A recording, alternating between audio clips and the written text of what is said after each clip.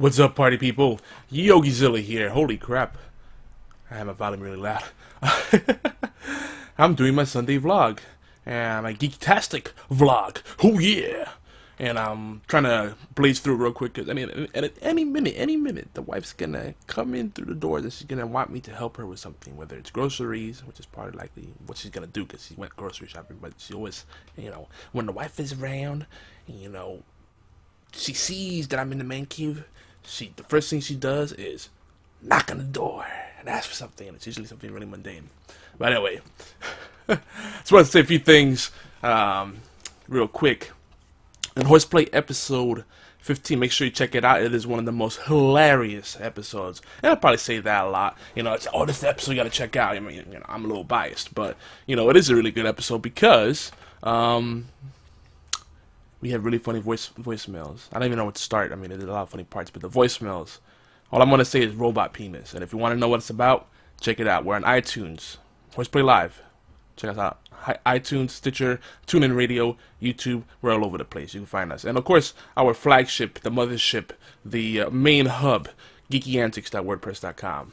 Make sure you check that out. And if you like what you hear, leave us a voicemail, 206-415-4987. Again, 206-415-4987. Now, if anybody's in the chat right now, I'm not checking the chat, so I'm trying to get this out here real quick. I will try to be back later to do some more SolForge, some Hearthstone before the new season starts.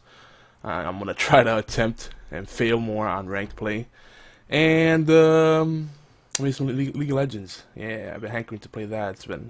I've been not taking care of the MOBA itch lately. Yeah. What else? So speaking of SolForge still dope. Ever since they came out with set 2, they added 100 new cards. It's very evident they wanted to make the game more fresh, revive it. The meta was getting very stale. I'm not a big fan of the direction they took with the shapers. They made it so that less people are playing them, but there's also less variety in what kind of decks you see. Even if they're very small things, it's nice to see people do slightly different takes on these things. And of course, there's the knock I was talking about. It never fails. The door is closed, the sign is up, and first thing you get is the knock. But yeah, the SolForge is going in a really good direction. I know a lot of people in the SolForge camp are like, "Oh, Hearthstone's whack. SolForge is better." I still like them both for different reasons. So definitely gonna play more SolForge. I've been doing a lot more on the iPad. Of course, you can't really stream from there, so I'm gonna try to do more on Steam and do that. And every time I stream SolForge, the community is like super responsive. I'm also told that I should check out MetaMart for SolForge. It's like the premier SolForge website. Very strange name to go with it, but I guess it makes sense. I thought it was more of a multi-purpose site, but anywho, there she goes being loud. You probably hear every last word too. Noise gate doesn't do everything. What else? So I finally got into Arrow, as you can see in the background image, and we talk about that on episode 15 of HorsePLAY Live, i.e. follow the Arrow and the Hearthstone, where we talk about the Arrow show, robot penis. May I mentioned this before. Hashtag robot penis. It'll make sense if you listen to the episode. And also, we talk about the fourth and final test season of Hearthstone. So a lot of big things there. We don't get nearly as much into the Arrow talk as I had wanted, because we went long on other aspects, like some of the news and whatnot. Voicemails, we had a lot of voicemails. I keep sending them in, that's good. And then we had call-ins too, so then we derailed a lot more than usual. It's a good time. Another one thing I wanted to say that I forgot to vent about last Sunday, but Google's Beat Stick, they continue beating people, and YouTube, I'm not a fan. I don't get their logic, and they need to really change this. Everything's automated, so if they detect you have copyrighted material, boom, you get flagged, and you get 3 strikes, you're out, right? And there's no real way there's no human person to appeal to. It's just an all automated process, And they surveyed me. They asked me what they think they could change in the process, and it's a good survey, but I don't think they're gonna take action on it anytime. So we'll see. The biggest thing is if you have 3 hours worth of content and only 4 minutes of that is third-party material, it should not be a big deal. Especially if that 4 minute material, that 4 minute piece, isn't even something that's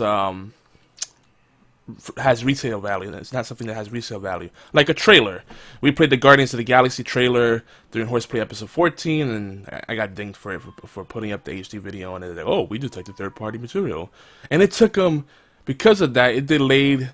It took me several hours to process that like 2 gig video file. Frustrating.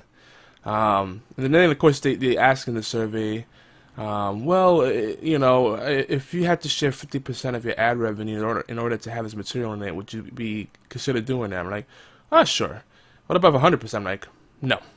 And because I mean, you know, if you're not making much, 50% is still ridiculous. But I mean, if that's the other choice other than, you know, getting a strike, that's fine. I'll share the love. But the number one question they ask is this material important enough for you to use it if you're warned? No. And if you want to pull it out automatically, pull out that segment where that content is, go for it. Less editing work for me, you know, because sometimes you might forget and put something in that you know might ding you. But it's funny, the people that are really breaking these rules are the ones that you know, find ways around it, like increasing the tempo, or you know, inserting other audio or video in there to mask the whole thing. So you know, because it's automated detection. So if you find little ways to alter it, the automated process fails. Unless they're gonna, you know, create some crazy algorithm, it's gonna make it take longer to process videos, which will be stupid. Yeah.